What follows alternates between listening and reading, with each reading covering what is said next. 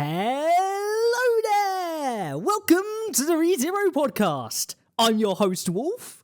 You may know me as the voice actor for Subaru in our Arc 5 readings of the ReZero web novel. Today, we will be discussing and analysing Emilia from ReZero. Me and my wonderful co-host will be heading straight into this. But first, introduce yourselves, gentlemen and lady? Well, I am not one of the ladies. I'm Gold, and I'm a professional yapper. I'm Connor, and I'm a professional over-analysis pedantic asshole. I'm Kyles, and I'm a female. Yeah. The female. Am I the first one on here? I am. Yes, you are. And I'm Editor Kun. Yeah. And a bunch of other stuff. We'll get into that. We had a cruise model on for like half a frame, but that was about it. Yeah, well, that's true. But we didn't have like a real female, like a 3D female. Well, you've also been on as a announcement at the beginning a couple of times before. That's true. That's true. Like little collab before the actual episode. I'm the one who screams at you to get away if you don't want spoilers. I'm also the one that'll bully you in the in the comments if you say anything mean to my staff. Sorry. Well, this will help viewer attention at least. Yeah. Wonder why. It's her upgrade. Yeah, we got an upgrade. We got an amazing co-host to join us today to discuss not only Emilia and analyze her a bit and do a bit of theorizing at the end of the episode about the character in general, but also talk about Kyles' experience with voicing Emilia emotionally and just the story of how she ended up doing it for Ryvery here on this channel. Oh, story.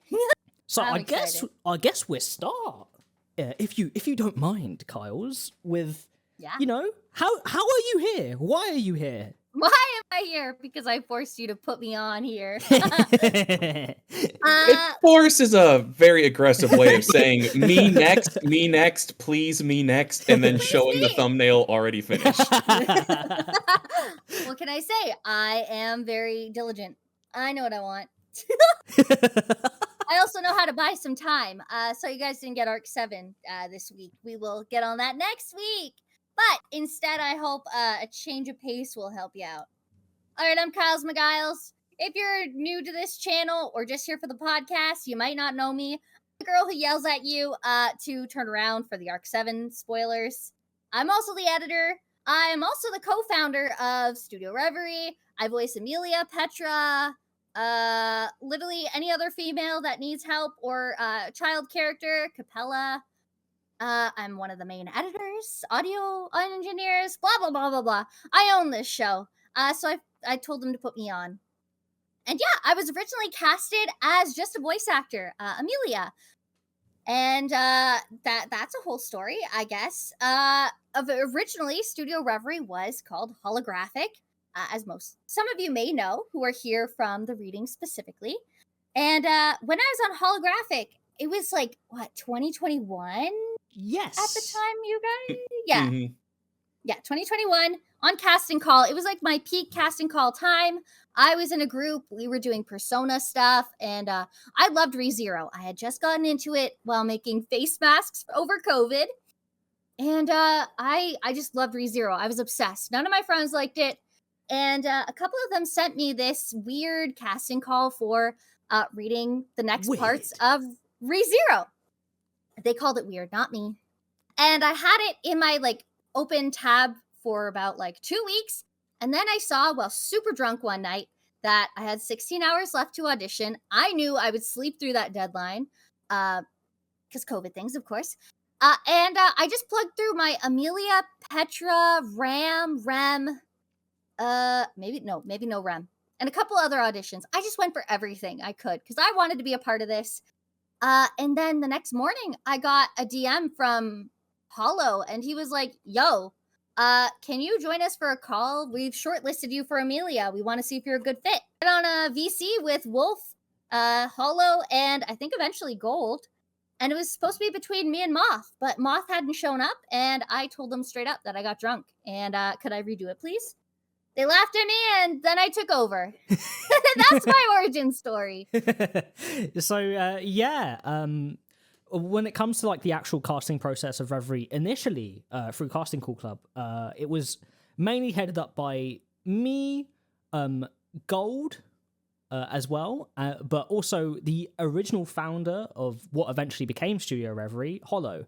We were just going through the process, getting some what we thought were the best fit for each voice actor. Kyle's here was a really good fit for Emilia, so we were like, we'll call her back, see what she thinks and how she's doing. And then she told us that she recorded the entire audition while drunk, and she hit the characters so well that I think we all just started laughing at her, and we're like, yeah, you're on board. If you're that good while inebriated, we can definitely use your talents. Emilia. Yeah, I mean, you were great anyways. You're great. Oh, thank you. No, you're breathtaking. But we didn't know how much of a hassle you'd be normally, so maybe we wouldn't have cast you. You can't throw me out. I'm your manager. It's a big amount of love here.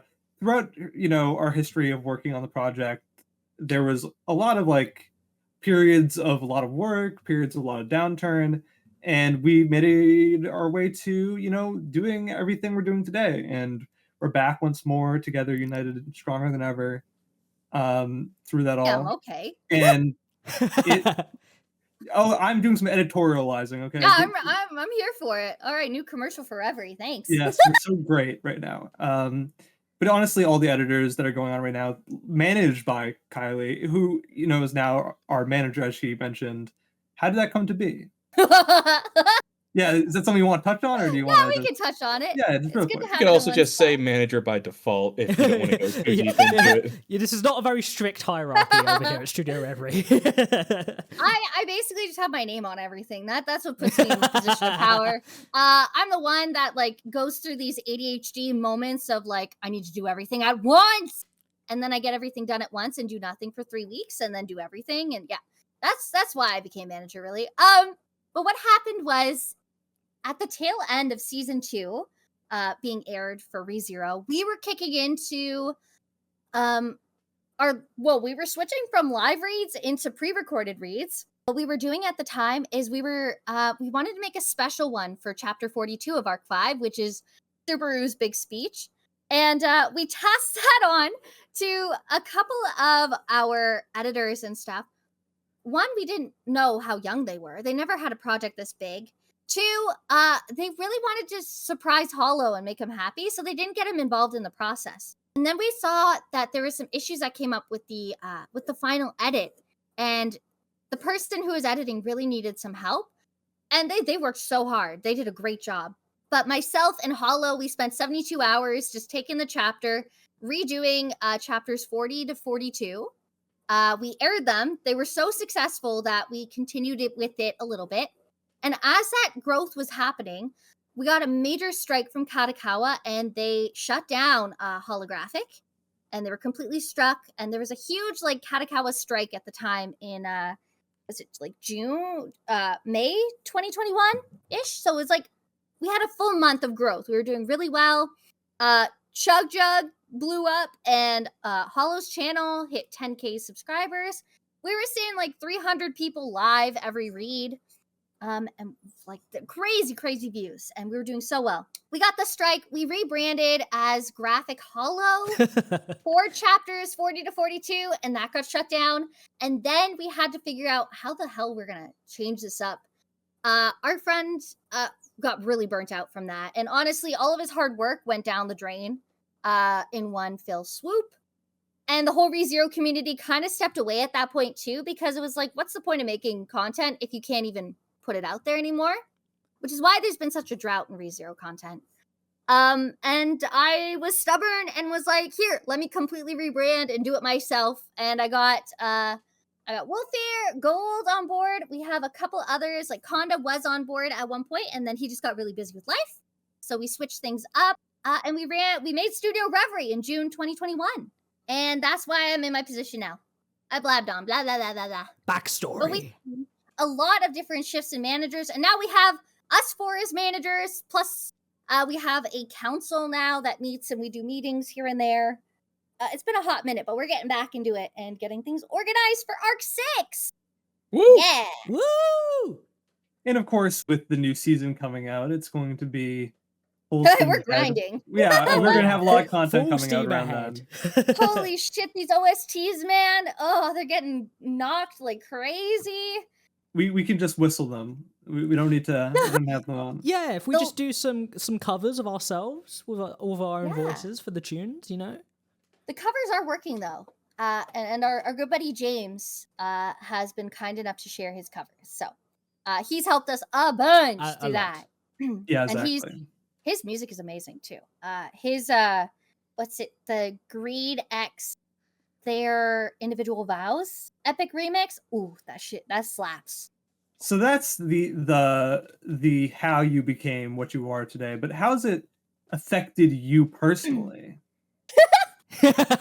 Or more general, just how's it been voicing Emilia? yeah. Let's go with that. What's the upsides of your journey? We don't need to leave out some of the downsides of the journey.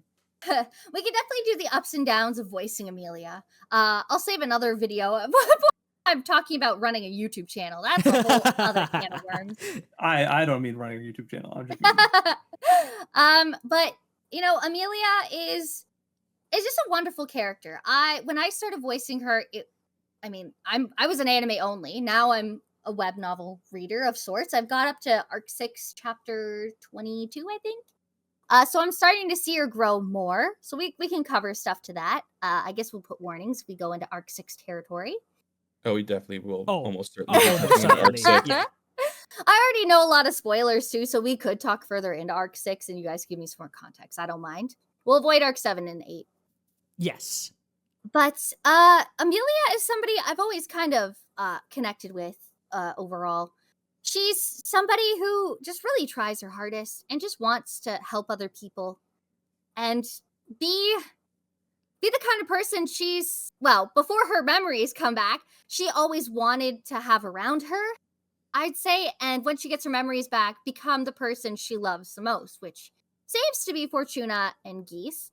And just how compassionate and loving they are and how much they show love for one another and the people they care about. So I see a lot of that, or I feel a lot of that for myself with Emilia. And that's kind of where I really was excited to play her. Now I've seen things in the past where like people get frustrated that I'm voicing Emilia over them. Due to just like, well, Emilia has more lines compared to other roles, and she's the main character. Of course, more people want her. So I've felt sometimes like I've been kind of been pushed around or like treated not negatively, but There's a heard lot of some pressure stuff. on it. Yeah, there's a lot of pressure. And to your point, right? There's a lot to be said about the fact that was the position you were put in, and of course, there's a lot of momentum, right? So like anybody who was Emilia had to be doing the most work. You know what I mean? Yeah, So and that's true. and I got a lot of extra work thrown on me too. Yes, you did. Which was fun, and I loved every minute of it, which is why I agreed to it and would always like come up with new plans and be like, yo, what if we do this? Or here, I recorded this. Could you get some other voices for this stuff? And I would just like constantly make new things. I was really excited to be Emilia. I never really liked some of the discourse online about her. A lot of people kind of call her just like this really lame, boring girl that's there. And when you really get to know her story, especially in season 2, when you learn like, okay, her memories were erased on contract. Of course, she's not going to be the most special thing ever.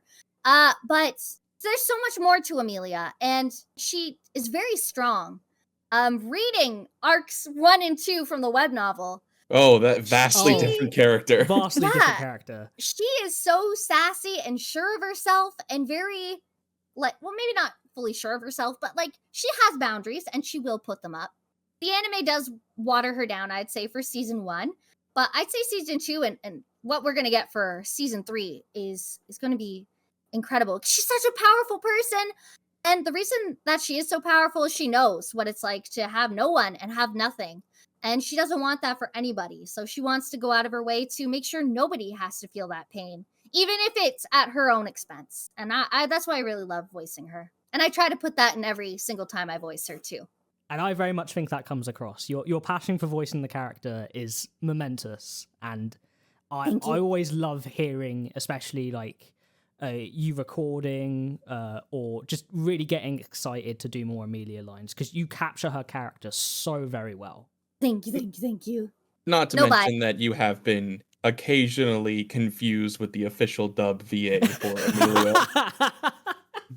Times I've had to do impressions of her, yes. And Love you know, you, Kaylee. yeah, I mean, we picked you not even thinking about that, but Yeah. it was so perfect in our mind when we first cast you that we were like, yeah, this sounds like Emilia to us. And who knew that we Well- had the same, wavelength as somebody else. Never Yeah. seen KylesMigyles and Kaylee Mills in the same room, have ya? Yeah, I I mean, had their a names, dollar. their name sounds like a pseudonym of one another. Maddie literally paid me to give myself a birthday message. Jeez. If I looked like that, oh my gosh, she's gorgeous. I'm just saying. Yeah, What I mean, I'd give to be her. She's wonderful. I mean, you're both very talented voice actors. Thank you. Indeed. It helps that I can copy off of her. But Well, I speaking would of- also say, No, you keep going. You're on the same. Mine's a tangent. You continue. Whoa! I would We're ready for also both? say, though, that your interpretation of Emilia is different from Kaylee's in a lot of ways. And that, just, it doesn't necessarily mean one is better than the other. But I really enjoy your interpretation of Emilia. And it does annoy me, especially for a lot of our voice actors, when people say, oh, they sound exactly like the dub, or they sound nothing like the dub. The intent never was to emulate the dub. Perhaps do they use the dub embody? as a training tool to be like, oh, if there's a thing you're struggling with the character, here's an example of what they did in the dub, right? But it was to just cast the character for what we felt was right. And a lot of our voice actors never even heard the dub, Yes. or even understood what the story was Paoli. before. If they've even watched the show. Yeah, Exactly. have even watched the show. And- Teal'c walked in, killed that Karush, Yeah. and didn't even know what it was about. And I think that speaks to the talent of the people we have working here at Studio Reverie. 100%. Yeah. I mean, they're all super, super talented, and they're Oh all. my gosh, yes. They would all really enjoy listening to our suggestions and our inane blabbering about. Okay, you have to do like this. This character's like this, and they have to process. Okay, I think I understand what you're talking about. Yeah, And and a then lot of they people didn't know, and then they knocked out of the park. And we were very lucky. The reason why the thing was so successful was because everybody was so passionate, but also because we managed to luck into a lot of very talented people. Yeah, oh my gosh, without yeah. a doubt. Whoa, we tapped a refinery. Even our not voice actors, but our artists, our editors, our mods even are really crazy talented too. We have a really good community. We have a wonderful community, not just of staff, but also of viewers too. We really appreciate all of you out there, especially those who are watching this episode right now. Yeah. Yes. And if you appreciate this, make sure you like and subscribe. We'd love to keep you around. Oh, a plug! YouTube stuff. Whoa! We've been forgetting to do it. I think it's important. Vandergrid came in. Statistically, it is important. So if you're enjoying what you're watching right now, maybe Yeah. a little like, maybe even like To a those of you comment. Who comment your feelings on every single chapter read? I love them. I heart them all because that's engagement. Smash that bell icon because we are getting slightly shadow banned due to some demonetization with OST. So if you want, stay Discord and put that bell and Twitter. Could you imagine that this is one of our editors? I mean, she sounds like she's up to bat for us. Imagine crazy ladies an editor. Oh gosh. I know. Well, we're dedicating a lot of this time. That plug. No, I'm joking. But it's true. We appreciate all your engagement. Hi. As shameless as it sounds, we really enjoy doing this podcast, and we're happy with all the love it's been receiving. Yes. Honestly, it's great. Oh my gosh. It's been God very bless. rewarding to make. I will say it. Big numbers go up. Connor said himself, I think, earlier before off recording that this is honestly kind of like a book club or like just a really fun hangout. And I agree. I was on the original ReZero podcast with C Tactics. I was his last co-host before the podcast was eventually discontinued due to these Kalakawa strikes that Kyles was mentioning earlier, actually. And I very much feel like this podcast has emulated and even evolved that formula, and it makes me very, very proud. But moving on from the sappy stuff. Let's get into a tragic backstory of I Emilia. love Yeah, Tragic focus on Get into me, damn character. it. Yay! Emilia's sad. Okay, so wait, did you want me to talk more about me voice acting sad Yeah. Emilia? Well, let's get a detail. Let's figure this out. Oh, So, yes, please. yeah. So Amelia, as we all know, she has a lot of unresolved trauma. But Mhm. initially, right? I guess you could talk about this because you voice actor since Arc 5. So Mhm. let's say, what is your yeah, I guess we'll do Yeah. voice acting interpretations first, right? So now that she has her memories back after Arc 4, as you know, Mhm. right? What was your idea about who she is becoming? Like, what are you trying to, convey with her? The interesting thing about it is that Arc 5 has moved in a way that's kind of followed my life in a very weird, creepy kind of way, actually, based on how the chapters have been running. And when I first started, I had no idea how I was going to act Emilia. I just kind of went by gut instinct and like just kind of read the lines and tried to get a feel of, how Emilia would interact with everybody. She's a very kind person, even with her memories back and remembering what happened going through the trials like she did. I feel like she's kind of resolved a lot of the pain that she's had for what she had to do with freezing the entire forest, and losing her family in turn as well because they're frozen, uh and also understanding the fact that she spent so much time alone and by herself, that she is now very thankful for the people that are around her, as opposed to being, I don't think she was skeptical necessarily of everybody in the Roswell Manor, but like not fully trusting. Definitely Uh, standoffish with yeah, everyone in the early seasons. very standoffish, very cold almost. I mean, as she does. But as she gets her memories back, it almost seems like she becomes this new person, especially with some of, like the side content I've read and seen in the year that they had just to work together. It seems like she wants to build that family again, especially with Puck gone. And she definitely feels lost without him. And it's a hole in her heart. But I feel like she's finally in a space where she can actually deal with that and manage it and try to figure out who she is, which I think Right. is a huge part of Arc 5.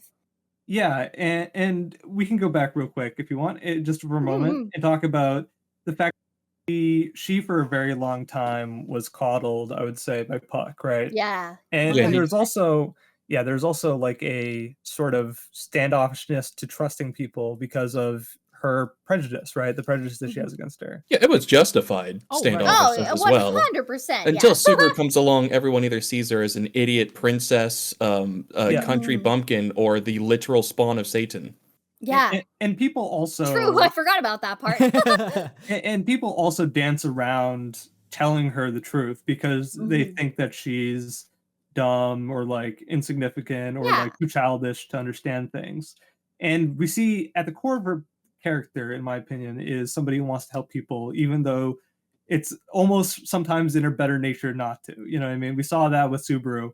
If Subaru was truly a malicious person, she wouldn't have helped them. And she let the thief get away because she wanted to help them, like Yeah. all this stuff. She's someone who can't help but doing the right thing, even when it's not the correct thing to do. Like the morally right thing is something that's kind of always what she feels she needs to do, Yeah. She's especially always going ready. on from season 2. And yeah, I think 100%. the relevance of that is actually quite interesting because I think that links quite deeply into like she doesn't perhaps, at least until season 2, fully understand why she is that way. But once she gets her memories back and is able to see the example that Geese and Fortuna set for her, I think that's where a lot of her moral character comes from, which was a really, I think, really enjoyed that aspect of Arc 4 of how that elevated Emilia's character into that. Okay, so she is this way, but why is she this way? And I thought that was a very nice explanation. And Oh, go Kyle's, ahead. no, you keep going. I was going to ask if Okay. you had any. I was literally asking if you had anything else. Oh, I sure do. I have a couple of ideas now. That's why I really love like in the part of Arc 5 where Amelia's fighting Sirius just before Regulus takes her away. Um, where Sirius is saying how like awful her eyes are and her voice, her hair, everything, blah blah blah. And Emilia fights back saying how much she loves Fortuna who had all those character features and like really pushed it. Yeah, we have that conspiracy theory that is Fortuna. Yeah, we'll So get that into that at the we end of the will get episode. into that That would later. make sense. But like, also it just to see how angry she was and like genuinely like enraged by that comment and being able to express that was insane considering I hadn't seen it to that point. So voice acting that on the fly, not realizing was going to happen was pretty intense because I also am not the kind of person that like, yeah, I get excited and like go ah all the time, but I usually don't yell at the top of my lungs. If I'm angry, I get very cold. But it was kind of nice to get that off my chest almost as Emilia because it was like I was yelling at somebody who many people who have called me terrible names in my life or said terrible things about me that I just didn't feel confident to fight back in. But when I got to be Emilia, I got to take all that anger I had for all those people and just scream as serious instead into the void, because there's a lot of people that will just take a look at you and label you as one thing like stupid or dumb, or they'll see how you appear and they just they treat you like trash, which I also really feel with Emilia. I feel like a lot of people think I'm dumb when they meet me, just because of the way I come off at first. Because I don't try to, flaunt the fact that I am very smart. I literally have 2 degrees. I'm not dumb. But I also don't take the time to throw it in people's face that I know things. I will be goofy and be a dunderhead, as Emilia says. But she also Dunderhead. Who says that in this day and age? Who does say that in this day she's and age? also like 100 years old, so there's a lot of stuff she's catching up on. New Yeah, tech. the age thing is something we can bring up through the episode here as well. I'm Get into her terrible at backstory. organizing analysis. I hope I covered all the bases. No, there. we asked you a question. We asked you a question, and we went back and forth about it because it was a bad structure of question that I asked. But Oh, it's basically, okay. I just blap. yeah, I mean, this is totally right. We're also like comfortable with each other that we're able to yap. So sorry if it doesn't sound so good for a podcast orderly wise. But what we were gonna ask is, you said there's a lot of parallels with you and Emilia in this arc. That's been almost creepy. So yeah, you just touched on one part of it. Is there more of it that you're thinking about? Yeah, I'll happily talk about that. So as a lot of people know, because I let's clear this up. Actually, this is very important because it confuses a lot of people. So this is we started the readings just over 3 years ago now, and over 3 years ago I was married. Yes, I was. So I was in a relationship with somebody who just wasn't nice. Let's be real. I was not happy in the situation I was in. ReZero was my kind of way to get away from that and get my space because I didn't really care for it, so I could get away nicely. And being Emilia, while she's trying to figure herself out, and at the same time I was trying to figure myself out. I was really young when I got married. I did it more than likely just to escape the life I was in and try to follow what society said was right, even though it didn't feel right to me. But I kind of just let that always sink down and just follow what I was told to do. And then as I started voice acting with Holographic, now Reverie, and really working with the team and everyone, I started to understand that, I deserve to be treated with respect and kindness. And sometimes people on Reverie would be in calls with me late at night and they would, overhear like the odd thing being said towards me and started helping me understand that it's not okay to hear that stuff. And going through those serious chapters, that's when Emilia started really like standing up for herself, saying like, no, it's not okay that you said that. And I started realizing that whenever people say bad things about me, I should probably stick up for myself and not just wait for somebody to come help me or like come stop this. I need to take care of what I'm doing. Things were getting really rough. And as Studio Reverie was happening, our relationship was crumbling and we ended up breaking everything off and going through the motions of saying bye to our families and parting ways. And that's when I that would have been around the time we started chapters 40 to 42. So I was very preoccupied with just everything in Holographic / Studio Reverie, working with everyone here. I just dove real deep into ReZero. And I realized that this is what I wanted to do instead. I felt really motivated. Emilia wasn't in these chapters, so she was just vibing. And then signing of a divorce happens. It's that chapter. And that happened right as I was filing the paperwork to sign my literal divorce. And the character of Regulus is unfortunately very similar to my ex, and how he he doesn't have 89 wives plus, no. He doesn't have that. But I even had a chat about this with him. Like, there's some things that, Regulus acts as that is very similar to my ex. And he was aware that I was editing this chapter, and he knew some parts about it, and he was asking me, and I was honest with him about that, and he accepted that. We had a good chat about it while we were setting up signing stuff in, like, I don't know, it was August of that year. And then after that, once the Regulus stuff was done, everything else with Arc 5 just kind of slowed down. Things got crazy. And now I'm dating Chase, the Wolfclaw here, Subaru. And that's shortly after, like, Emilia and Subaru are like, oh, well, I don't love you yet, but maybe one day, finger guns. And now we live together. And yeah that's the weird coincidences. Ta-da!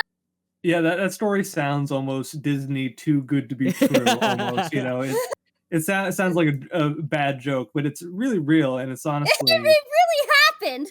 Really, we're not then everyone visualizing this. Yeah, clap, clap, clap. And let's hope it doesn't end in disaster. Whoa, can you believe it? It says, yeah, none of you have returned by death in real life, so be careful.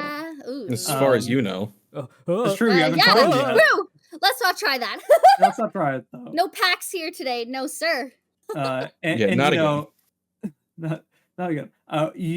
It's honestly great because, like, it's totally I think probably one of the highest achievement this entire project has sort of produced. I would say it's really a special thing when two people who meet through this thing that we did just for fun turned out to get together and are really close and dear to each other. So that makes me happy, and it's a sweet story as well. Thank you. Thank you. Yeah. I guess, like, as we're talking, like, the eerily similar story of it's really nice to, like, kind of get that like understanding of how maybe just voicing Emilia helped you in your life when you really needed that help, and being perhaps acting more like Emilia when you were in a tough position and in a stressful part of life, and to be able to stand up for yourself and to stand up for the people around you. It's really, really sweet and wholesome. And having a community like Ryvery that really reinforced that I deserve to be treated with respect and kindness. And I would always get confused after calls sometimes, just as why everyone was so nice. Sometimes I would believe they were being fake. Not that they were fake people, just like trying to be overly nice. And no, they're still the same people today. Unless you guys are being fake. Who knows? Who knows? I'm actually like a body double. So the real Chase is dead and in the water somewhere back in the UK. Where? Oh, where? Who the fuck are you? Wolf. Get out me house. Get out me house. Yeah, I mean, it's such a great thing, and I'm glad that you, because people kind of will say stuff, and it's a testament to how effectual the characters of the story are, that it's able to inspire people to come together in this way. And also the characters themselves makes you reassess how you treat yourself and treat other people, and their journeys and things that they overcome help you overcome your own obstacles.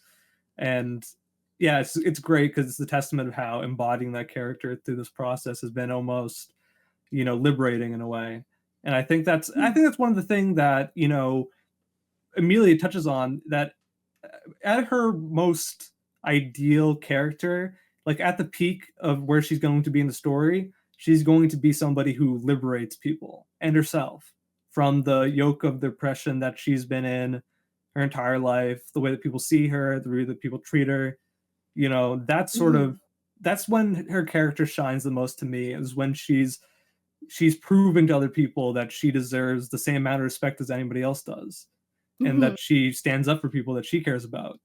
And that's something that Emilia touches upon as well. She says that, I don't want people to just help me and to be useless. She wants to help people that are nice to her. She wants to help give back. She wants to prove like she's, worth it, worth all this love and kindness. Because sometimes she doesn't believe that she is. 100%. I agree with that wholeheartedly. She's definitely changed me, and definitely for the better. And I don't know. As lame and cliche as people say it, thank you, Tape-kun, for saving me. ReZero has changed my life, Ulu. I literally made a video with that title. Hashtag ReZero has changed my life. Hashtag ReZero changed my life. No, but for real, Emilia is one of those characters that will forever stay with me, and just, she's the reason why I'm here today, I'd say. There's been a lot of downs, a lot of real big downs in the past couple of years, but there's a lot of positives. And I think Emilia has been one of the many constants that has really got me through. Like, I bawled my eyes out when I rapped Emilia's lines. I didn't think it would hit me so hard. I know for some people it's not that big a deal, and I'm still gonna, she's in Arc 6. I mean, the lines aren't going anywhere, but I don't know. It was just an end of a journey. But also, it's as you say, like an end of a journey. Completing Arc 5 is something we've set out to do for the past 3 years now. 3 years. That is scary. But yeah, it's the completing of a journey, and for some people that may not mean as much, but to us personally, the people that are behind this project and the people that voice the characters, it means a lot to us. So 4 of us, it's a lot to us. Yeah. So all 4 of us here. Absolutely. Thank you everyone for supporting so much here on Reverie, and I guess we'll move more into some analysis and discussion of Emilia, along with a bit of her history. Yeah, I totally thought you were going to end the podcast for a second. It's over, guys. Yeah, goodbye. See ya, bye. Analysis time. Yeah, so we can, most people have probably seen Emilia's backstory played out in full, in animation, so we don't really have to cover that, literal step by step, but it's probably still worth, the OVA and Second Core Season 2. There's still a couple points I think that are worth mentioning, such as the fact that we don't really have a concrete answer of where she really comes from. We jump into her story at, I think, 7 years old. Yes. Is when we see her locked away in the forest with the rest of the elves. We get evidence that her elven side is paternal, that she's supposedly a witch's daughter, and is being cared for by an aunt, as well as provided for by Gyus, a regular bishop of the witches cult. And they're hot as fuck together, I gotta say. I wish nothing happened. Yeah, absolutely. Sorry about that. Sorry. So long as she's not wearing that god-awful hat she has in the You don't like her floppy hat? It doesn't suit her, no. It's giving dead mom vibes. The irony of Kyles making that statement is I was actually going to discuss a bit the importance of Gyus and Fortuna to Emilia, and kind of I think this is probably the most important thing to discuss about her history and her backstory, is that Emilia, due to whatever tragic circumstances that we still don't know about, by the way, she is not in the care of either of her parents, and she's living childhood in a relatively safe and happy spot, but also in an almost uncontent way, like not really having much in her life, being very sheltered. And then, as we see in season 2, Gyus and Fortuna being her basically foster mother, I guess you would say. And she makes a point that all she knows is Mother Fortuna, and that's her real mother. Yeah, she doesn't that's her real want mother. to know who her actual mother is. Everything except a biological mother to her. Yeah. And that relationship becomes really important to her, but as you grow up through childhood, she begins to have a bit of a rebellious streak. And as she's running out, she happens upon a meeting between Fortuna and Gyus, just a good old bishop of the witches cult, a normal old sinner.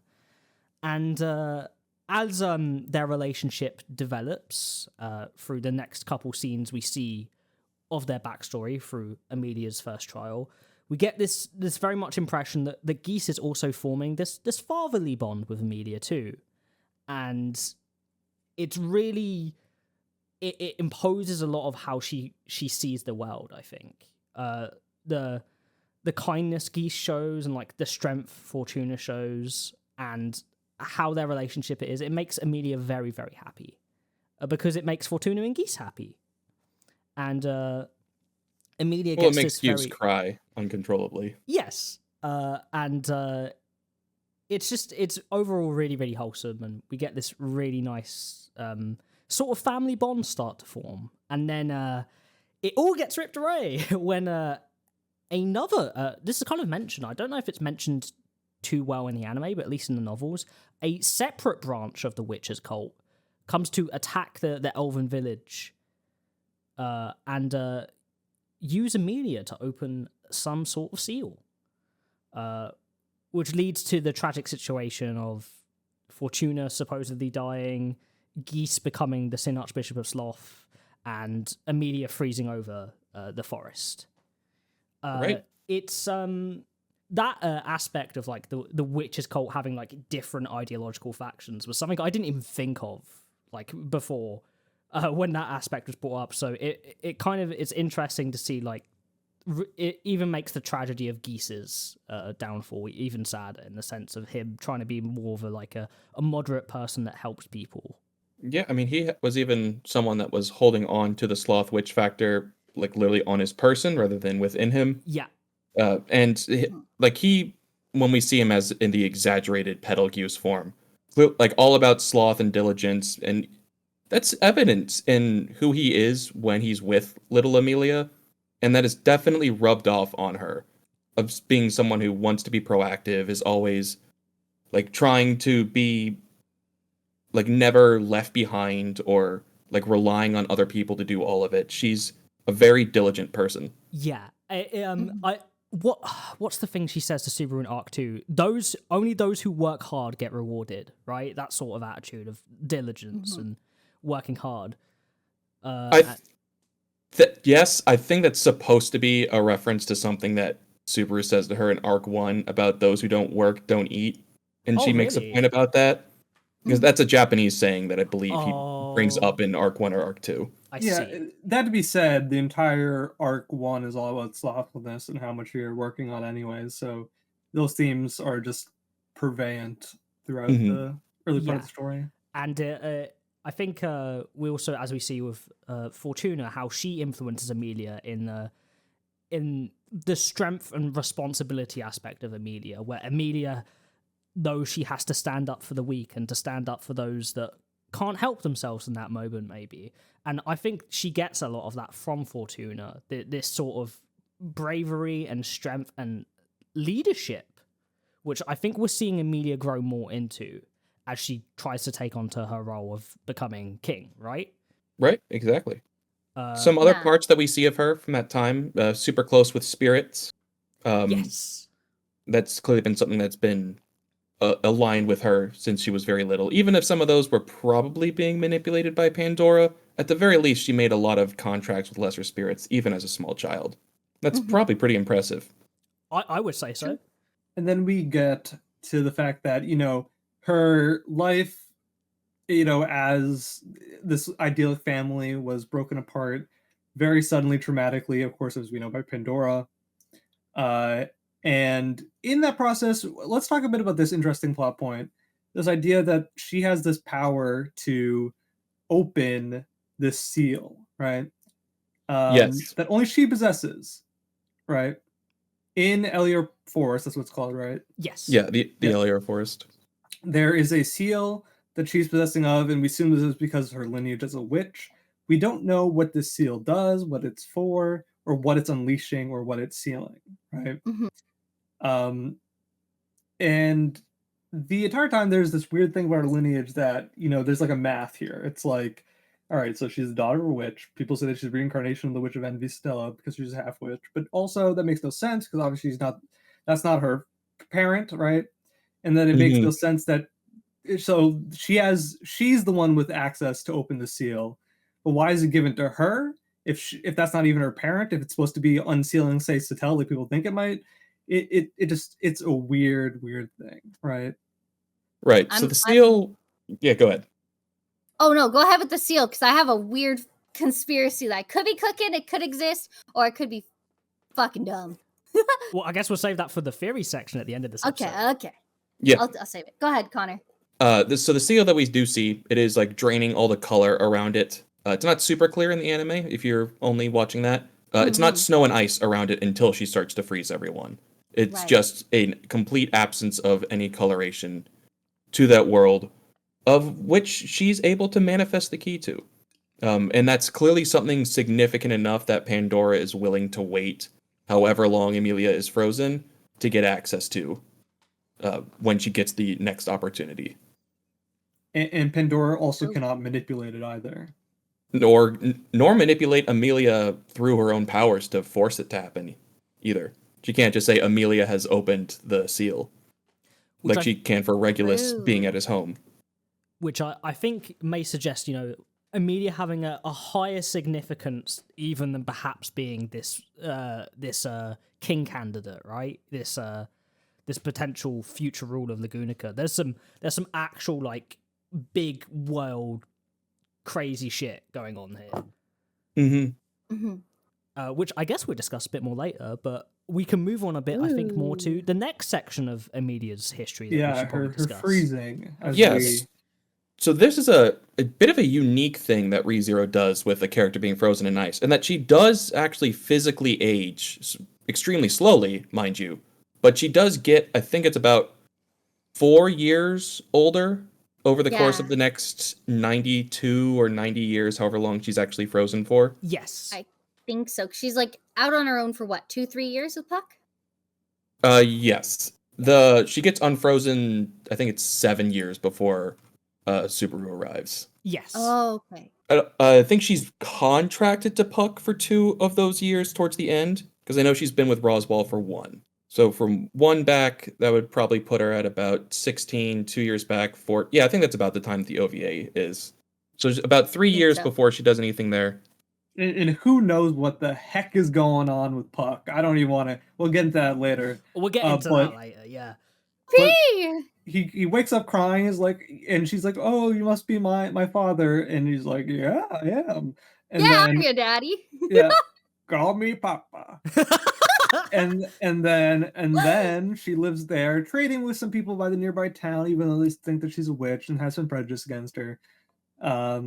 And there's slavers that come together. We know it's the OVA stuff, right? Yeah. Puck becomes the beast of the end, shows herself for the first time, makes a contract with her, even though he swears not to.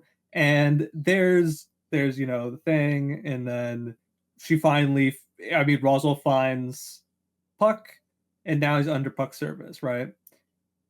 The relationship with her and Puck is interesting in a way that it's not explained really why Puck cares about her. It makes sense why Emilia cares about Puck, right? It's the only person that she had, saves her, trusts her, cares about her more so than anybody else, right? Where everybody else fears her and wants to use her, right? That sort of distrustfulness is against her better nature, right? Puck has this distrust of humans that's innate, right? He thinks that they are foolish creatures, and he believes they are there to harm her, right? Most of the times that's true, right? Or a lot of the time that's true, but that sort of black and white thinking is something that doesn't really rub off on Emilia too much because she has such a good heart. In her employ of being this candidate for the throne, right, to Roswaal's stewardship, she kind of, how do you say that she develops under Roswaal compared to just on her own? Well, I don't think it's necessarily under Roswaal. For a lot of this time, she's still just being completely controlled by Puck in almost literal every aspect of her life, from choosing her own clothes to brushing her hair. Yep. He doesn't even let her see her own reflection. And it's, I guess we can kind of now discuss this element of the character, 'cause it's especially interesting, is that whilst we see some very positive parental traits in Fortuna and Geese in what we see of Emilia's backstory when she's a child, 100 years before this takes place. I think Puck is a very good example of a more negative traits in a parental figure. In the sense he's extremely controlling of what Emilia does, where she goes, what she knows. As we see at the end of season 2, Emilia believes that kissing is what makes people procreate, which is a very important thing, especially for a girl of her age to actually know what that is, right? And it's, if you're lacking information like that, it begins to really put a picture of Puck very much shelters Emilia and does not prepare her for the outside world. It doesn't even begin to prepare her to become the ruler of a country. Emilia is in a really unfair position where she's obviously lacking the memories of her childhood and not having a foundational base for why she could even begin to like herself. But also she doesn't have any tools to be able to be an independent person and make her own decisions. She's very much under the control and thumb of Puck. She's also a child having to go through all this and basically raising herself. Yeah. If it's not clear to anyone at home, she pretty much just has the mentality of about a 14-year-old girl by the end of season 2, if even that. I'd probably say around that, but 15 would be solid. She's very deliberately coddled in the story throughout her upbringing. And it's really just, I mean, age is a number. What is actually the telling thing here is, I mean, with Emilia at least, it's like just so vague how old she actually is in terms of her mind. Like, the idea is that, like, she is so inexperienced with people, with herself, with her real, like, who she really is, that it's unfair to put her in any sort of position in which she can, one, make actual relationships that Subaru expects of her initially, right?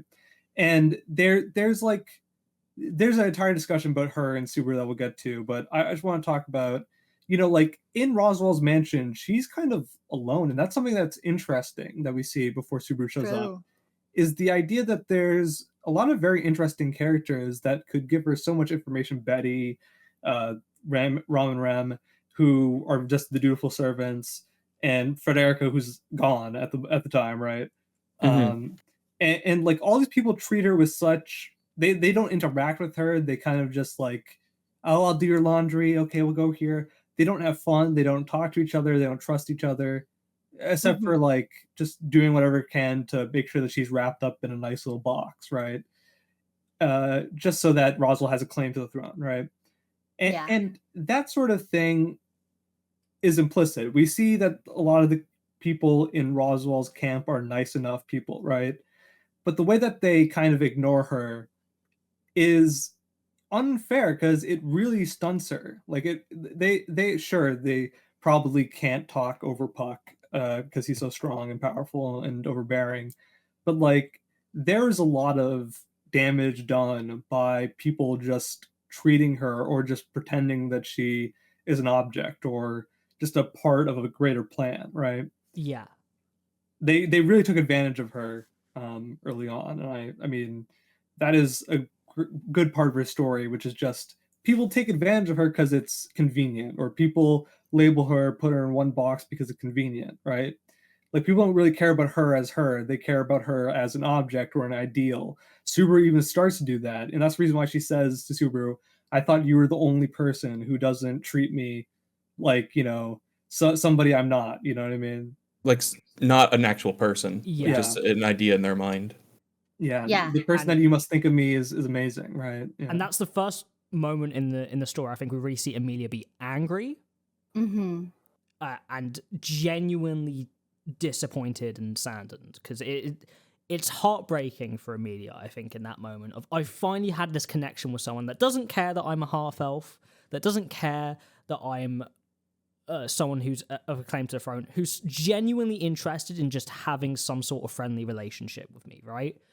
And now this person is also putting an idea of Emilia that is not the real Emilia in their head, and that's who they're talking to.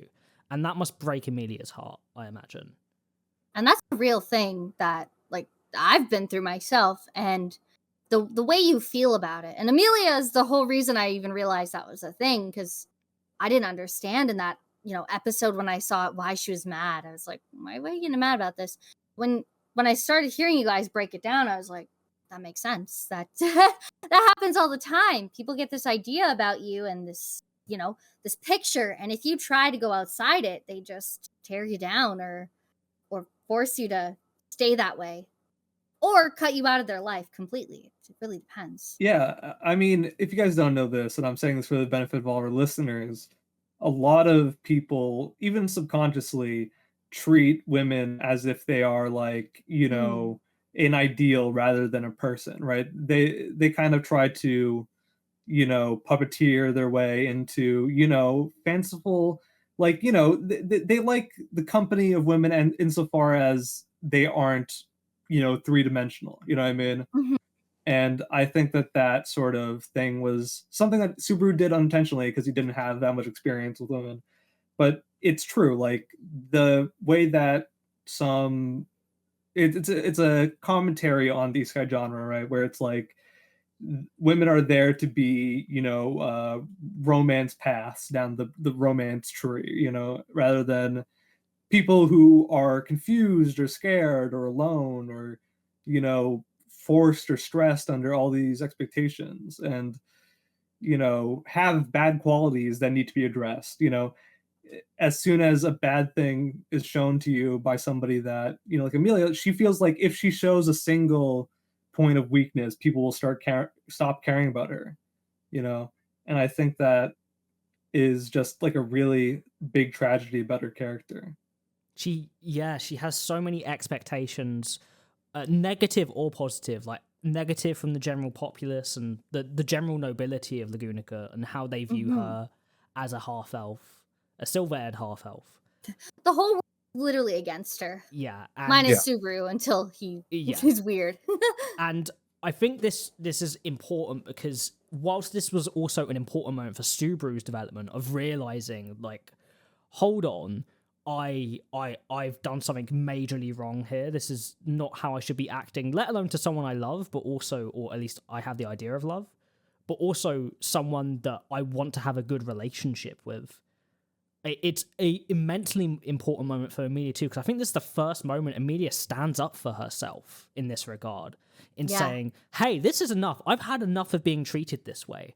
And even as we see her near the end of season 1 or arc 3, where she's clearly very sad at the absence of Subaru because of how much joy he brought in, not just to Emilia personally, but the mansion itself, right? Like how she was bringing them close together. He was bringing everyone close together like a glue.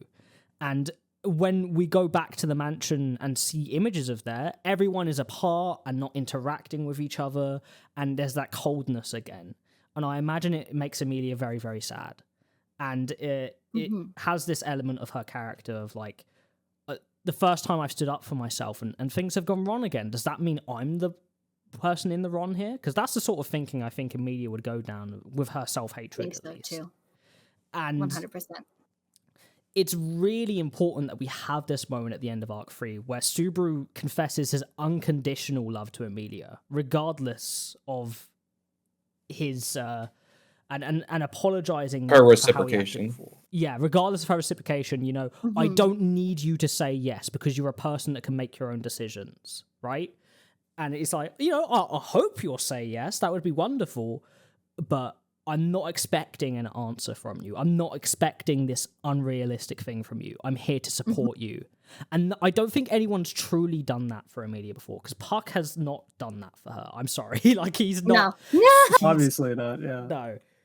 So, and this is where we get to see Emilia start to come into her own. And so when she starts to struggle with all of the things going on with season 2 and her past and not knowing what's going on, and Puck not being there for her, despite him being her only support network for so long, it's really nice to then see that development of Emilia into becoming more of her own person, because she's forced into doing that. And when Subaru confronts her near the end of Arc 4 and is like, I know there are things that, one, you're not proud of, and two, that, you're not a perfect person. You're not an idea in my head anymore. you are someone with flaws and positives, and the flaws are just as beautiful as your positives, but you need to be able to address them and work on them. And I'm not gonna coddle you. I'm gonna tell you when you've made a mistake and you need to stand up, just like how Rem does for Subaru. And the beautiful part of this, just to tail end that little conversation about that part of her figuring that out, is what Subaru says to Roswell. He's pretty much like, everybody is treated this way, and that's the reason why she's like this. When society tells somebody or something that they're wrong or that they shouldn't exist, right?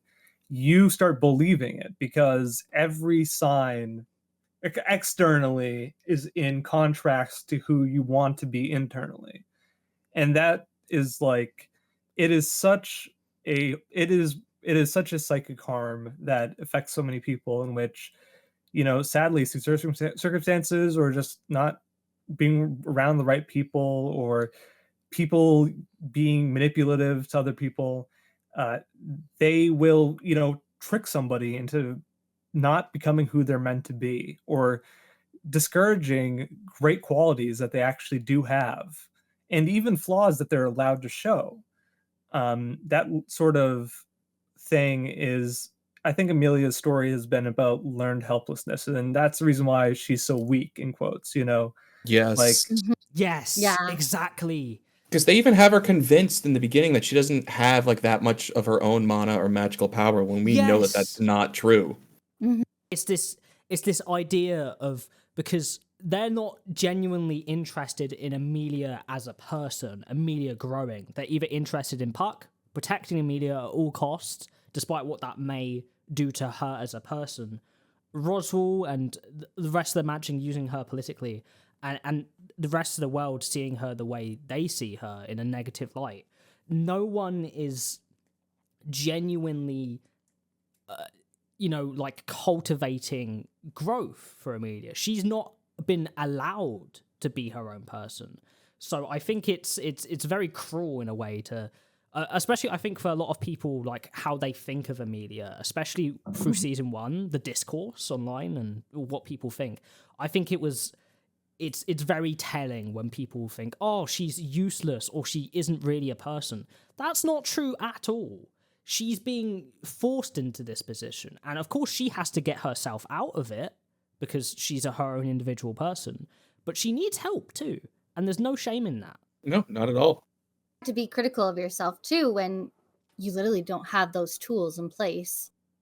And Exactly. I think that's what's so hard for me to analyze Emilia fully, is that there's just such a closeness of like experience. Well, okay, not experiences. I ain't no magical witch girl, but I wish. But like, there's a lot of like just real life feelings and things that she goes through that I go through in my own way and in different worlds. That it's so hard to analyze her myself, but I think you guys hit it on the head, like really, really well. And I think it speaks especially, and it's really, as we talk about it, so I guess we could talk a bit about Emilia's ideal as a king, of trying to make everyone equal. I know people joke about her being a communist and stuff like that, but genuinely this relates to what her ideal as a king is. She wants to make it so that she fosters a society that doesn't judge people and doesn't pressure people into being things they're not. Emilia wants a society that is healthy and is able to allow people to find who they are and their independence. At least genuinely, that's what I think is at the core of her ideal, with her character arc especially. Like, because all these issues are social, really, aren't they? Like, they're social constructs, they're things from society that can be changed and molded and made better, potentially. So I think her dream of wanting to give that opportunity to all of the people of the Gunica is a really wholesome and beautiful thing. And a lot of people say, naive, like, you can't change everyone. And that's true, you can't. But you can at least foster something good. So don't, there's other critiques we could talk about Emilia's character from a writing perspective.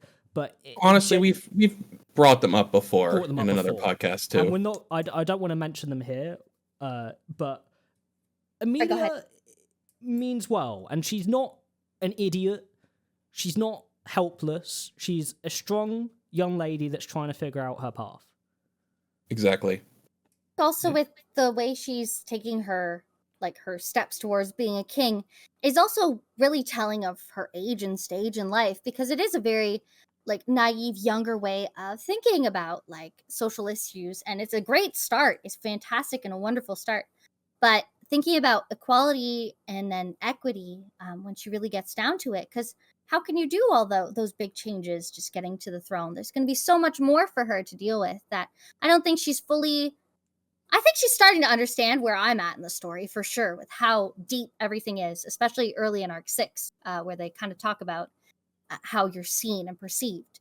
But I think, at least in Arc 5, she's starting to really understand a more realistic sense of being king, whereas Arc 4, she's still a little more naive, but still very, very intelligent for what she has knowledge to.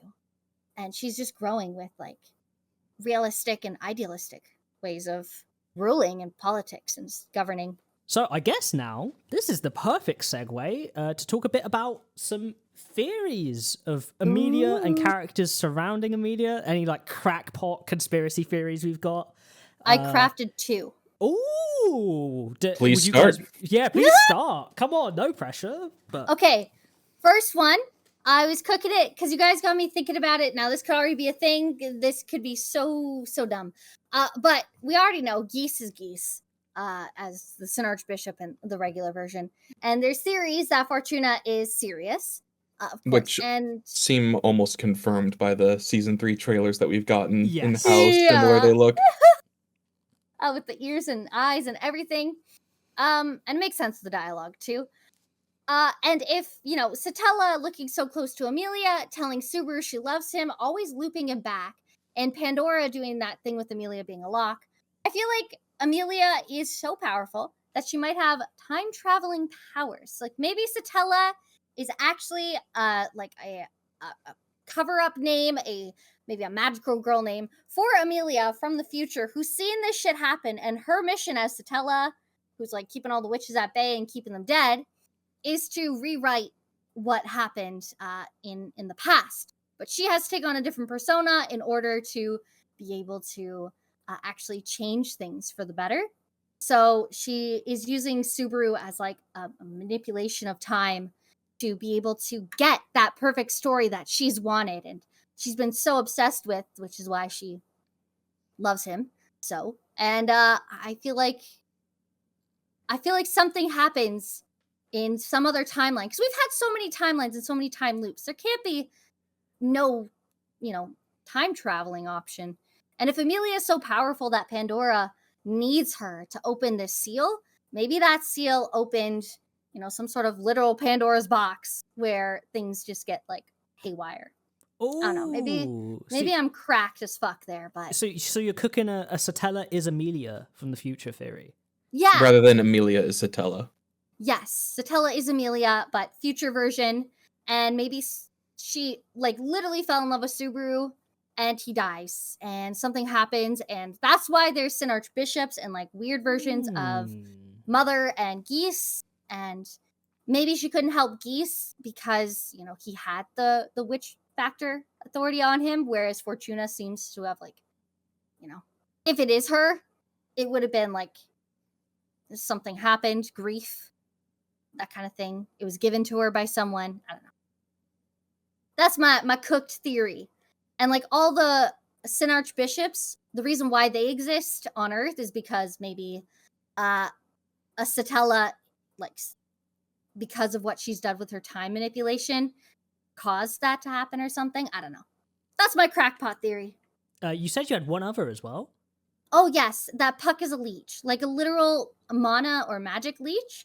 And the reason why he's so powerful and will end the world if Emilia dies is I feel like she must have some all-powerful thing that is being concealed. And that's why she was, 1, hidden away and protected, 2, in a forest that nobody really knew about, 3, requested by Pandora to open something when she seems to be so fucking powerful.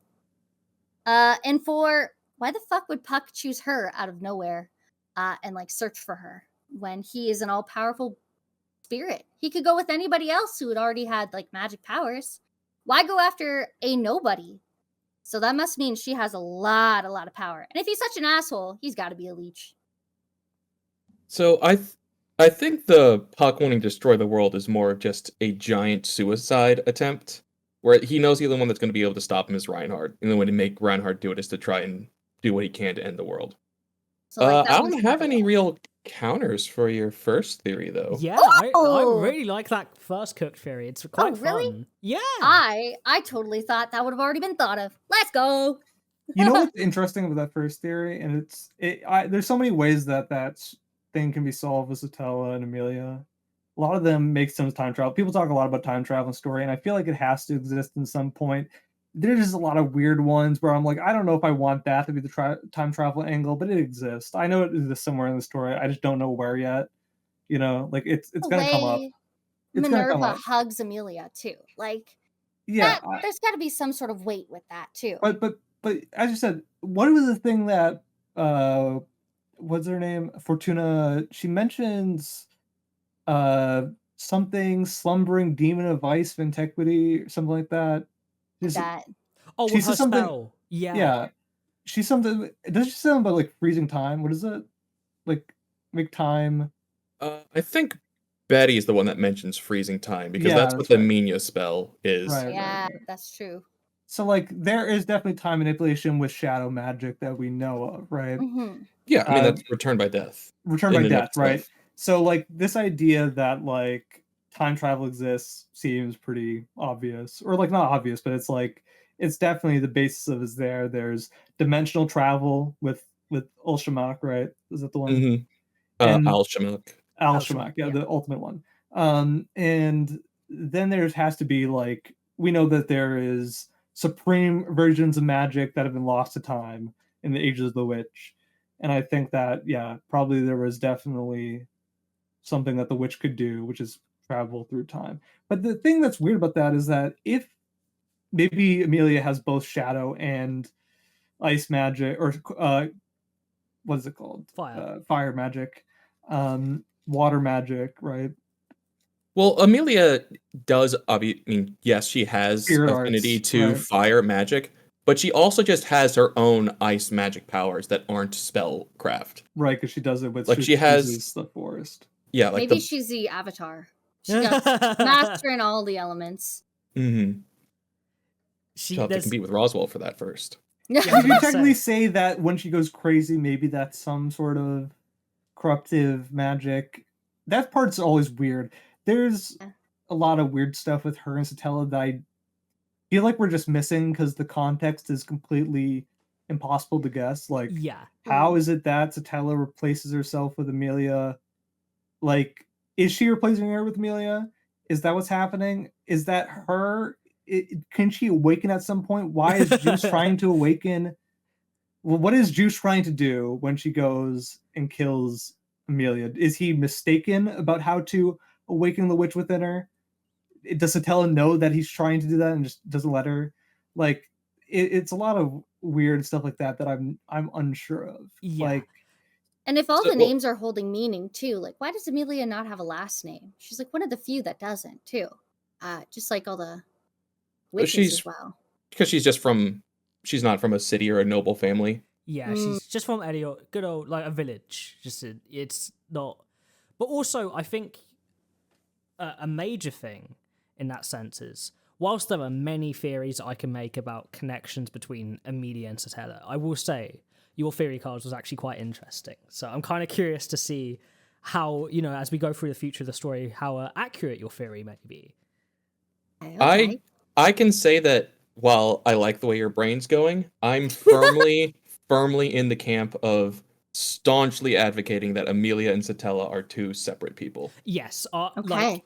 When it comes to mine personally, I very much agree with you, Connor, in that sense that they are different people. I think one thing that writers either struggle with or hope to not write is the moment where a character that's beloved is actually a second character, because it races two people's enjoyments of two characters. You know what I mean? So that becomes a thing when people have like theories like Subaru's actually and actually I'm like, no, I don't think he can't definitely be both of those people And saying that he's one of those people means that we're not getting a backstory for one of these characters.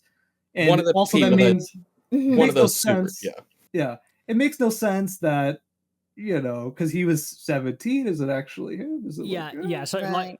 from a story perspective, on your note of that stuff, Gold, very much like, I think people get so into the crackpot theories that it's kind of like just like, whoa, but what if? Yeah. And there's nothing, they've never been in the same room in the same place before. It's kind of thing. KylesMigyles and KylesMigyles have never been in the same room, so one of us is Satella, the other's Emilia. Who yes, would have thought? exactly. That's the end. Dun dun dun. Okay, revision to my thing then, with that in mind, because I never thought of that before. Maybe Satella chose somebody to like give them the appearance of the witch, and she just chose that be Emilia, so Emilia ended up looking like the way she looks, and maybe she manipulated something. So they are two different people. She is a time traveler. Well, but then you know what's interesting about that, Kylie, and it's really just the fact that you're so right in the way that I think it's probably going to play out, in the sense that I think they have the same body exactly, but I think that's because of something else, right? Yeah, like it was manipulated. I think it's the idea that she was crafted, molded by somebody through a process that exists in the story, right? That's been kind of set up subliminally to Which all will of us. be identity crisis. There is Emilia's next name chapter. Who am I if I was made to look like this? She was a vessel constructed to house that power once again, like a Ryuzu clone. Yeah. Yes. Like a Ryuzu clone, yes. Exactly, right. So that's always been what my concept of what Puck is I believe that Kidna crafted Puck as like sort of a soul clone of whoever Emilia's father was, and that's why he has that personality to him. Yes, but if that's the case, then it's very interesting, because that means that Emilia's father existed at one point in thousands of years ago. Only 400. 400 years ago. Only 400 years ago. He could go that far back. How? So there's that's true. Emilia's background and like who she is and her relationship to Satella would be so much simpler if there wasn't a 300-year gap between 99% of all events in the history and Emilia meeting Regulus and Pandora and Goose killing Fortuna. She's a time traveler. The weirdest... Okay, so yeah, go ahead. Sorry, my bad. I really like the way you're cooking with that, Kyles, because I genuinely, I don't think it's Satella selected. I think that Emilia has been crafted to be this vessel, and therefore that is the reason why she has the key. And that's also the reason why she has a lot of contained power of her own individual stuff. That's like her own stuff, separate from other stuff. I could genuinely see like Pandora perhaps manipulating stuff in some way to get the perfect vessel, in Emilia. Or just people planning that as a thing. I think Emilia has that connection to Satella, but not because she is Satella, but because people want her to take the place of Satella for something. Yes. So I'm not too far off from you, and Kyles, I'm actually a little. My theory for her background is a little bit closer to yours, but before we get to that, I have to do the prep work of who's Emilia's actual parents. Like we know that one of them is just a male elf. Yes. From who looks like Fortuna. That's her silver eyes. Silver hair. That's her purple eyes. Amethyst eyes. But her actual features are said to look like her mom. Echidna calls her a half witch, and she gets that scene with Minerva. Aside from that 300-year gap, Minerva seems to be the most likely candidate for who her mom is supposed to be. Yeah. Her behavior too. Yes. Now, exactly. And even the way, like in terms of character design, they look. It's a high pony, literally. They could be the same one with blonde hair. Their facial structure is like genuinely very, very similar. And it's not and you can see in other female characters, like it's not a thing of like, a style choice from the illustrator. It seems like a purposeful decision. they also have the same skin tone. Yes. Like They 1 to do. 1. Amelia doesn't have the same skin tone as the rest of the elves do, but she Yeah. matches with Minerva. But there's the problem. Minerva's 300 years. been dead 300 years before Amelia should have been But- born. Yes. Daddy, it could have been Elves are maybe old. Amelia was frozen for But- another 200 No. years plus. Here's another thing that's weird, right? And that also could be the case. But here's a thing, right? Elves, I think. How old is Fortuna? Older than Hundreds. Betelgeuse Older is the than only Geese. thing we Right. know. So that's the thing, right? And she's Betelgeuse young. is old. He's like 300 years old, right? Like he's. Or no, at is point. that no? That's Is he new reversed because Google?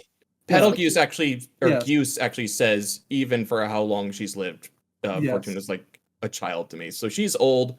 Betelgeuse is much older. I'm gonna guess he's probably around 1,000. But actually, there's a thing that could explain it that's actually interesting, which is the fact that what if, and hold it with me here, what if the time 300 years ago, do we know if all the witches died 300 years ago at the same time? Or like they all...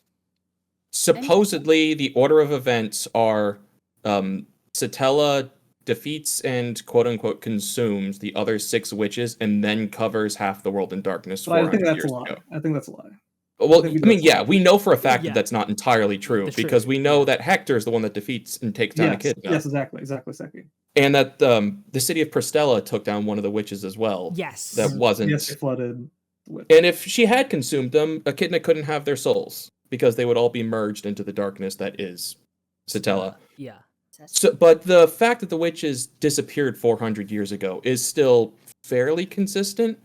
But having set up that it's probably Minerva and Fortuna's brother, so Fortuna's probably around 400, 500 years old as well.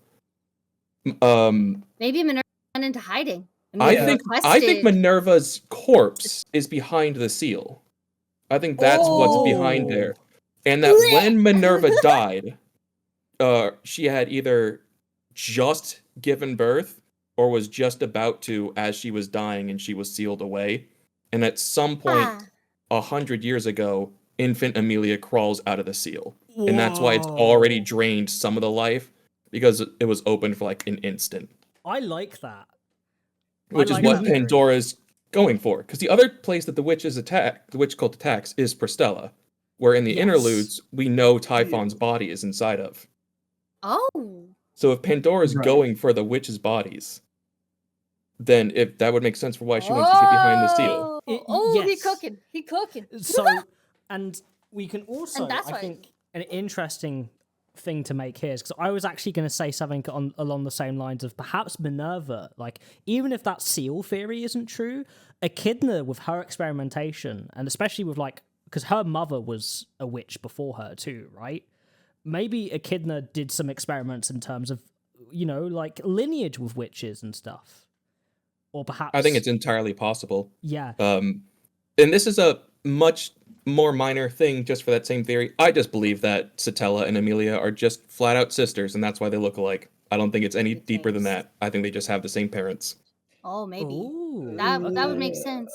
Could be true. It Could be puts them, as I said before, we need to have a way in which Minerva could possibly give birth to Emilia, and then 300 years later, Emilia, or however many years later, 200, like however many, yeah. I could She's like I could genuinely see this specifically because if we've seen time travel mechanics already in the story, right? There could even be a moment like way back when that, like, say perhaps they're twins, right? Thinking Yeah, that. exactly. And what happened, especially because like how One it was would like symmetrically in the story, it would tie up really well to Rem and Ram's relationship almost, right? Mhm. Of perhaps way back in time when all of these events that I won't deeply discuss here happened in the story. Emilia and Satella are born, and Emilia is like thrown forward in time in some way. And perhaps Emilia's father knows that she's not dead and that she may appear again someday and asks Fortuna to find her or to keep her safe or to raise her. That's a very thing I could see very easily, basically. That could be possible. Not to mention, she is kept away from the village, and she's not really supposed to talk to anyone in the village. So that could also support it too, of just like hiding her and who she is. Like the village of elves? Well, at least in the anime, she was like kept away, told not to go into the village. Not from the elves, but I think it's to the merchants. It's because the witch cult was there that she had to. Oh, right. Yeah, she wasn't allowed to go to the Elior village when Gyus and the rest of the witch cult were there because for some reason they weren't supposed to see her. But that then also ties into this theory too, because the witches cult it would in a way relate to that. And if perhaps Pandora knows about Satella and Emilia being sisters, Pandora's like, the perfect vessel. Her sister. No, I think that's exactly it, because as soon as Gyus does stumble upon Emilia, he like starts breaking down and crying at seeing her. And he had said it was super important that I don't see her yet. Like, I'm not allowed to see her as much as I want to. Because it's not, like, hard for any of the witches' cults to get that information out of Gyus, who's part of the cult, even if it is a different branch. Mm-hmm. Like, as soon as he sees her, then we jump ahead to he's clearly been there for some time. So he either didn't leave, which clued in the witches' cult that he found Emilia, or he did leave and come back, and they got the information from him. I think one of the things is they could perhaps read his mind. That's the reason why he wasn't allowed to see her. Like, the idea is that if somebody has the capability of, say, delving into somebody's memories and then seeing Emilia, they'll be like, oh, Emilia's here. That's the thing. Especially because Geese, being as old as he is, like older than probably Fortuna or Fortuna's brother, that would mean that he would have known Satella too. And so when he sees Emilia, it's like, this is the spitting image of her. It has to be her. And so then, as you guys said, like it's up in the air of whether or not he stayed and that revealed that he found her, or he goes back and that information gets out somehow. I think it's more likely he goes back and the information gets out just because of how he reacts to them being here. He's like, you shouldn't be here. He's like, surprised. What are you doing here? Because I think Geese, if he stayed there and knew that they would come, would not be surprised by that, right? Mm-hmm. But there's also a reason why he's not allowed to see her, right? Yeah.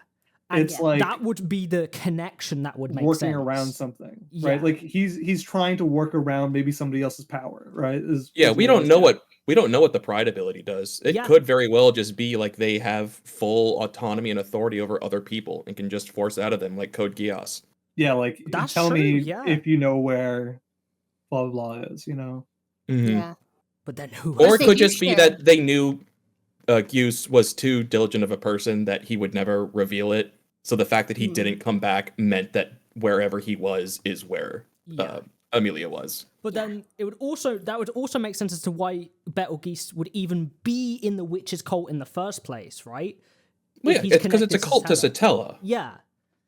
Yes. Oh, because the witches' cult is not a cult to all the witches. This is something right. It is the witch ''S cult, capital T, capital W. And like the most interesting part of the story to me is the fact, or about the Sin Archbishops to me, is that they actually, in my opinion, probably all orchestrated all the other witches' deaths. Is my idea. I think Pandora did. No, I think Pandora had help, and not with exactly the Sin Archbishops, but I think she killed them all, or like she helped kill them all, right? And then gave it to her followers to help find the last people, right? Is my idea. It's like, here is some of my cronies that I can give these witch factors to, in the same way that Flugel gives, he entrusted Betelgeuse with Sloth. So like my guess is that like somebody like Pandora could be like, I'm gonna give this to the people that I deem worthy of the thing. On the topic of Flugel giving Geese the witch factor of Sloth, isn't it interesting, especially with like his dialogue as he puts it into himself, where he apologizes to Flugel? It's almost as if like he was not the person who was supposed to receive it, right? Yeah, I assume so. Although I think he's trying to hold on to somebody. Yes, it's also not a point where it wasn't like given to him as a gift by Flugel. I think in the web novel, I think it was like left in by a will, because I believe it's said in the novel that the box he has is made of Flugel's bones. Oh, damn. Yes. Oh, that would make sense. Like Sage's bones being able to contain. Do we know what Flugel looks like yet? No. No. The three of us might. You certainly don't. Okay. It's I was gonna say, could Flugel potentially be Emilia's dad? and that's I don't- why. I don't believe so. I don't believe so. Okay. Yeah, we'll just say we don't think so. Yeah. Okay. I think because I Agreed. believe Fortuna's brother is just a regular old elf. Because when when Goose is talking to Fortuna about her brother and his wife, he kind of makes like a face and sneers at the sister-in-law. Because if they are like devoted to Satella, Minerva's not part of that. And if she is the mom, then that's like one of true. the other witches. But he has no like issues talking about Fortuna's brother at all. My guess is that Weird, Fortuna's brother married a witch, Mhm. was devoted or sympathetic to the witches, and that's the reason why Pandora and them feuded, obviously. And there's like, stuff there, right? So Mhm. we know that Puck comes from the time in which they're subjugating the dragons. He was first born around then. Minerva helped subjugate dragons around that time too. And So- Sekhmet too, yeah. Yeah, Sekhmet too. And there's like a lot of weird overlap with all these characters. And as I said, Yeah. like I think one of the interesting part is, we know that Emilia's father must have been on the witch's side at some point, right? Or at least Minerva's, Or at least right? on Satella's Yeah, side, at and least on probably Satella, yeah. Minerva's. And Yeah. Because what an as- explanation would that be? That is his daughter. Yeah, and it's True. just one tiny extra point. When Satella arrives on the scene in the Witches' Tea Party in the middle of season 2, like a lot of them are saying, "Oh, what a troublesome girl," except for Typhon, who's like just excited to see someone. Echidna is enraged beyond belief. Minerva defends her the entire time. It's like, how can you not see like all the good that she's done for you? Like everything that she's trying to help. It's not her fault that this is happening.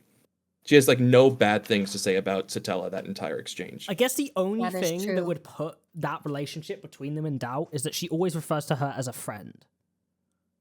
Rather Well, than... she also never calls Emilia her direct daughter either. Yeah, but that's just like a kind of thing of like, we could be wrong here, but this is my most accurate theory. She's like talking around like Yeah. pronouns. She's like, "That's a great friend of mine."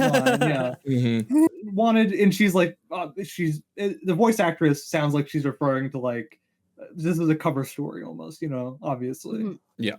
Which, okay, Which would protect them too. if our theory is true, even in some shape or way, I'm just saying, we cooked. Yeah, I'm certain. Like, I would bet my entire recent raise, a whole 22 grand, What? Whoa! Big on bucks. Minerva being either Satella and or Emilia's mother. I'm positive she's one of I them. would agree. I'm looking at photos of her right now, and Because I'm like, because yeah. the math adds up in terms Math's of mathing. right? Because Except for the 300 years. That's the only Yeah. yes, issue that's in the weird in part, story. and that means that there's some magical or something. time travel. We know. looping. Well, we also know that perhaps it, as you said, I think there might be some truth that maybe she froze herself at one point as well. Because as we know, they age slowly. So if it's like she was an infant or like a newborn baby frozen in ice for some time, like 200 years, 300 years, and then she finally unthawed, and then she's like a toddler now, or like however old she was when. Mhm. Yeah, I think that's what happened. I just believe it was like shadow sealed within the seal of Elio Forest rather than in a block of ice. Yeah, it's possible. Right. That's how I believe she is 200 years gapped there. Yeah. Doesn't Minerva also save Subaru Yes. at the Witches' Tea Party? Yes. Yeah, she saves him multiple times. Mhm. And she seems very sympathetic to him in particular. I think the most Yeah. sympathetic witches to him are Minerva, Typhon, and Sekhmet. from what I remember. Typhon is like protective, like you Protective. would with a puppy. Yeah. Sekhmet just doesn't like anyone's will being tranced upon. Yes. That's true, yes, but I also think Sekhmet. There's a little bit more with Sekhmet there, at least There's from how I saw it. there's True. an implication. Connection and it's between probably Minerva not, and Sekhmet, then. Yeah. this is probably not true. And let me know how you think about this. I always took that as here is the witches that stand up for Subaru. There are the ones in which, well, he has the sloth witch factor at the time, so Mhm. and then of course we see Satella come in and save them. And like I think there was a idea that's still not really clarified of like, are you Pride or whatever, that obviously he doesn't have this Pride witch factor, Yeah, but it's just because Pride is missing. yes, There's it's no just Archbishop Pride of Pride. But there's like some sort of idea that maybe there's like a prideful nature of Subaru at the time, and that's probably the reason why. Like the things that more closely tied to the sins that he was experiencing at the time had more sympathy for him. Yeah. Is my guessing. I guess in that sense, Sekhmet may also see if he has the sloth witch factor, almost like there's not like an actual familial line, but like almost like a bond of sorts. A bond of sorts, a connection there, in the sense that he's the new successor to the witch factor of sloth. That's possible. Because if you think of it from this perspective of, say, Echidna's mother was a witch, perhaps she was also the witch of greed, right? Like, would that pass down? Like that idea of passing down your sin, because we know there were witches before these witches too. Does that mean like that there's a very almost cultural thing of like passing down your sin, of like having that bond with your next person to have it? That's just me throwing stuff out there. I think at one point in time there must have been. I think there probably was it as in a ritual sense. I think they weren't cursed at one point in time. Yeah. But then they started to be. We know that as soon as the world probably started birthing divine protections is the time they started be seen as taboo rather than like a power to do whatever. Is my guess. Well, that's probably because at that point it started getting like twisted and misused more than they were intended to be. Yeah. I was about to say, I think the difference became when people started using them for ill, or like one person did. I think there's a good chance that Pandora was the first person to misuse her power and manipulated Satella into doing all the bad stuff. I think Pandora used her authority on Satella. Well, I mean, it's based on what Echidna tells Subaru after he meets Satella in the Tea Party in the novels, at least, that the same way that Gyus was kind of backed into a corner and forced to take in the witch factor and it drove him mad and wasn't compatible with him, is the exact same thing that happened with Satella. Yeah. That she was forced to take in the envy witch factor. Like, but Echidna pretty much is like, I knew her before this, it was, There could, I guess, in that sense, there could also be equal opportunity that Echidna may have been involved in that too.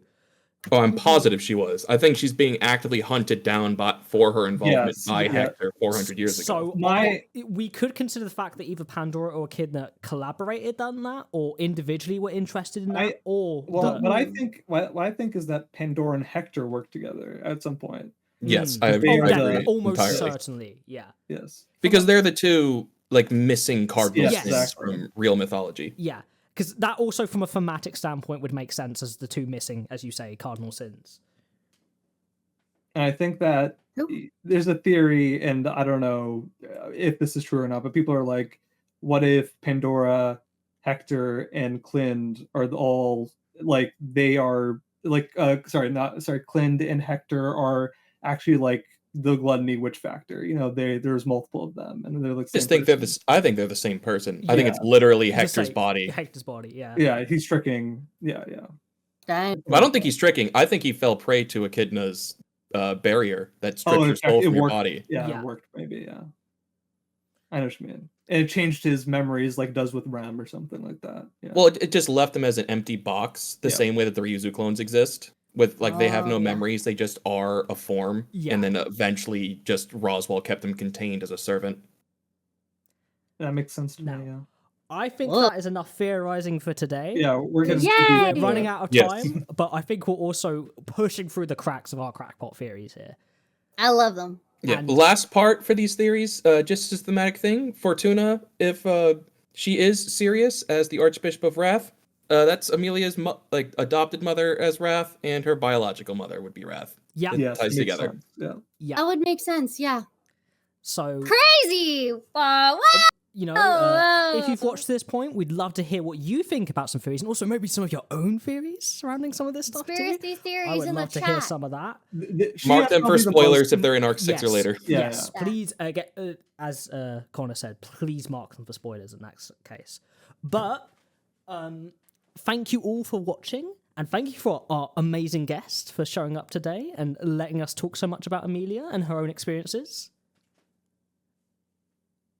Oh, I think you're out. Thank you all so much for coming in, and thank you, Kyles, for joining us for this one.